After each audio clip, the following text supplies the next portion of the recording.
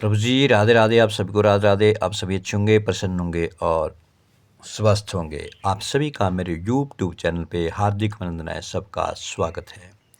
आज मैं आपको बहुत ही सुंदर प्रसंग प्रभु श्री राम और भगवान शंकर के मध्य हुए युद्ध के बारे में ये प्रसंग सुनाऊंगा।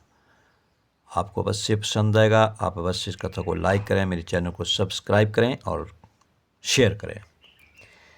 तो भगवान राम और भगवान शिव का युद्ध इसी के ऊपर ये आधारित है। आपने कभी सोचा है कि राम जी और शिव जी के बीच युद्ध भी हो सकता है? सभी जानते हैं कि राम जी के आराध्य देव शिव जी हैं, तब फिर राम जी कैसे शिव जी से युद्ध कर सकते हैं? पुराणों में विदित दृष्टांत के अनुसार यह युद्ध श्री राम के अश्वमेध यज्ञ के दौरान लड़ा गया। यज्ञ का अश्व कई राज्यों को श्री राम जी की सत्ता के अधीन किए जा रहे थे। इसी बीच यज्ञ का अश्व देवपुर पहुंचा, जहां राजा वीरमणि का राज्य था। देखो, पहले जब कोई यज्ञ किया जाता, जैसे कहते हैं हम अश्वमेध यज्ञ, अश्व को छोड़ दिया जाता था और वो अश्व जिस जिस राज्य में प्रवेश कर जाता था, अगर उस राज्य के राजा ने उस अश्व को पकड़ लिया तो फिर उसके साथ युद्ध होगा। अगर नहीं पकड़ा और आगे आगे वो अश्व निकलता चला गया तो उतना उतना जो इलाका होगा उस राजा का होगा जिसने वो अश्व जो छोड़ा था।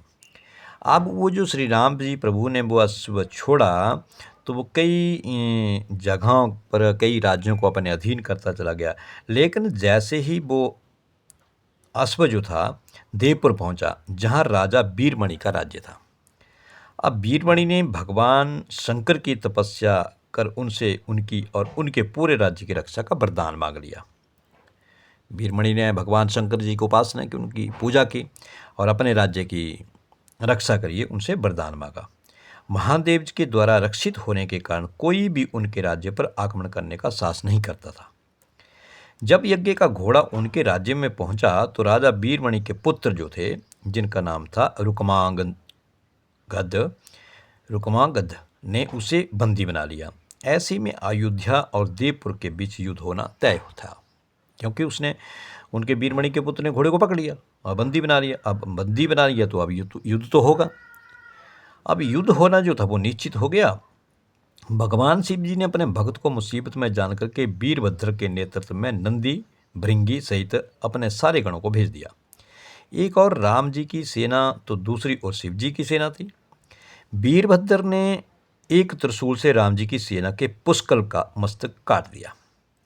उधर भृंगी आदि गणों ने भी राम जी के भाई शत्रुघ्न को बंदी बना लिया। बाद में हनुमान जी भी जब नंदी के शिवास्त्र से पराभूत होने लगे, तब सभी ने राम जी को याद किया। देखो अब जितने भी थे, शत्रुघ्न को उन्होंने बंदी बना लिया और बाकी दूसरे जैसे हनुमान जी तो उनको भी उन्होंने मोहित कर दिया और शिवास्त्र से पराभूत होने लगे सारी सेना श्री राम जी की। तब सभी ने राम जी को याद किया। अब जब राम जी को याद किया, अपने भक्तों की पुकार सुनकर के श्री राम जी तत्काल ही लक्ष्मण और भरत के साथ वहां आ गए। श्री राम जी ने सबसे पहले शत्रुघ्न को मुक्त कराया और उधर लक्ष्मण ने हनुमान को मुक्त करा दिया। फिर श्री राम जी ने सारी सेना के साथ शिव गणों पर दावा बोल दिया। जब नंदी और अन्य शिव जी के गण परास्त होने लगे, तब महादेव जी ने देखा कि उनकी सेना बड़े कष्ट में है, तो वे स्वयं युद्ध क्षेत्र में प्रकट हुए। तब श्री राम जी और शिव जी में युद्ध छिड़ गया।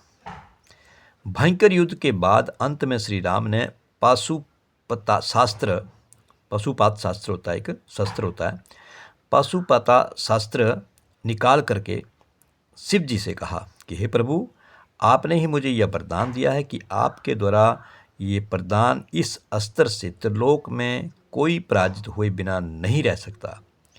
इसलिए हे देवादिदेव महादेव, आपकी ही आज्ञा और इच्छा से मैं इसका प्रयोग आप पर ही करता हूँ। ये कहते हुए श्री राम जी ने वो महान दिव्यास्त्र भगवान शिव जी पर चला दिया। वो अस्त्र सीधा महादेव जी के हृदय स्थल में समा गया और भगवान रुद्र इससे संतुष्ट हो गए। देखो, भगवान शंकर के द्वारा ही वो पाशुपत शस्त्र उन्हें मिला था भगवान प्रभु जी को, राम जी को। तो अब भगवान शंकर के ऊपर ही, भगवान का ध्यान स्मरण करके ही भगवान शिव के ऊपर ही प्रभु श्री राम जी ने वो शस्त्र चला दिया। अब शस्त्र चला दिया, अब वो शस्त्र चला भगवान सीधे भगवान देवादिदेव के वो हृदय स्थल में वो समा गया। भगवान रुद्र जो थे वो इससे संतुष्ट हो गए।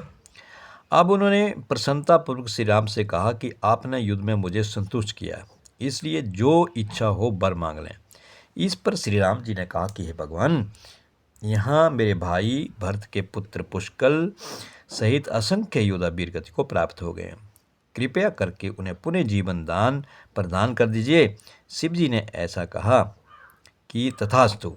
इसके बाद शिव जी की आज्ञा से राजा वीरमणि ने यज्ञ का अश्व जो था वो श्री राम जी को लौटा दिया, और श्री राम जी भी वीरमणि को उनका राज्य सौंप करके शत्रुघ्न के साथ अयोध्या की ओर चल दिए, वापस आ गए।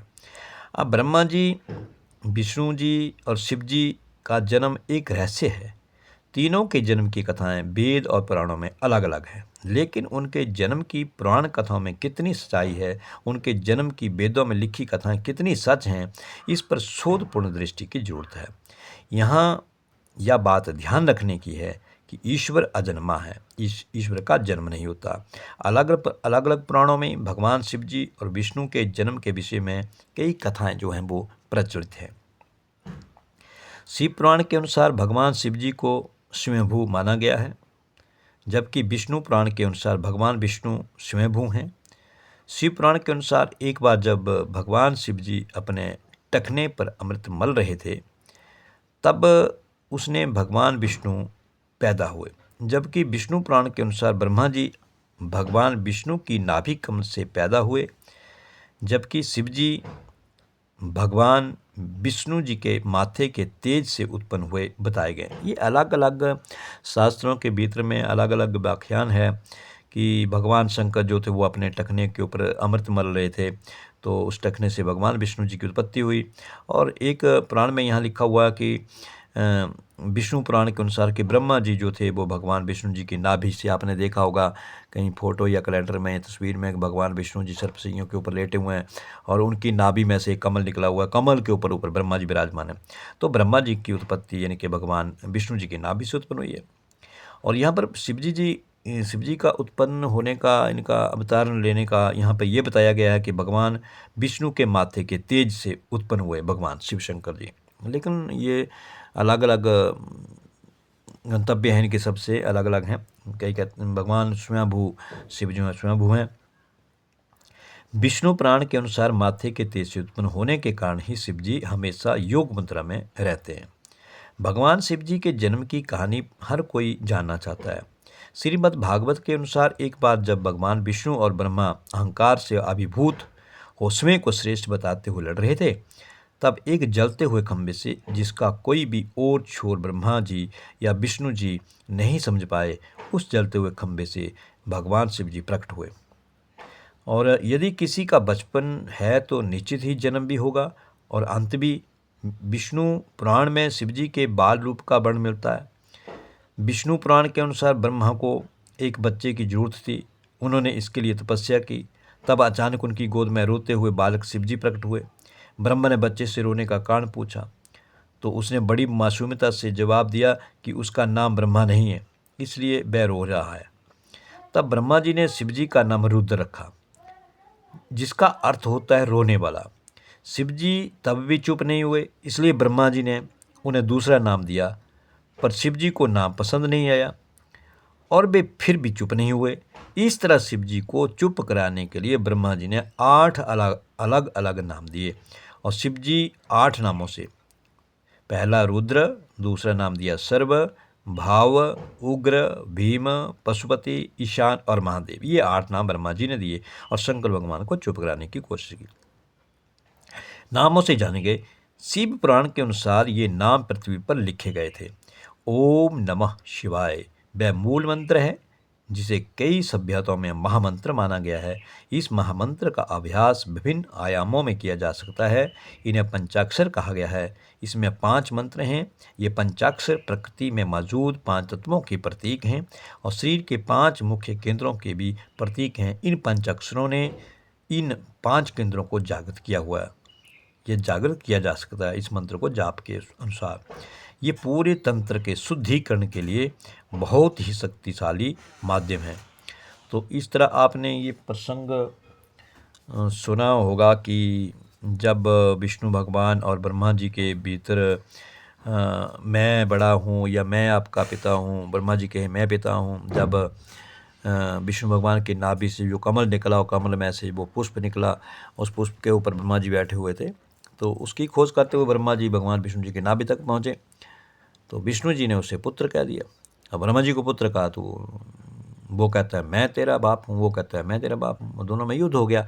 अब युद्ध को शांत करने के लिए फिर एक ज्योतिर्पुंज, एक वहाँ पे एक ज्योतिर्लिंग बन गया, प्रकट हो गया दोनों को युद्ध रोकने के लिए। तो फिर दोनों के भीतर अपने ऊपर यही कि मैं बड़ा हूँ, वो कहे मैं बड़ा हूँ। तो वो ज्योतिपुंज जो लिंग जो बना था वो उसका ना कोई छोर था ना कोई अंत था। तो उसकी खोज करने के लिए दोनों चले हैं, और ब्रह्मा जी ने झूठ मूठ का कह दिया करके मुझे छोर मिल गया, उधर विष्णु जी ने कहा मुझे तो नहीं मिला। इसलिए भगवान कहते हैं शंकर जी ने ब्रह्मा जी का सिर काट दिया था, गुस्सा हो गए कि आप झूठ बोलते हो। और वहाँ पे विष्णु भगवान ने सत्य कहा, तो सत्य कहने से भगवान विष्णु को बड़ा माना गया। तो यहाँ पर इसके साथ साथ भगवान शिव और भगवान श्री राम जी के युद्ध के बारे में आपने सुना। अवश्य ही आपको ये कथा पसंद आई होगी। अवश्य इस कथा को लाइक भी करें और शेयर भी करें और मेरे चैनल को सब्सक्राइब करें। सबको राधे राधे।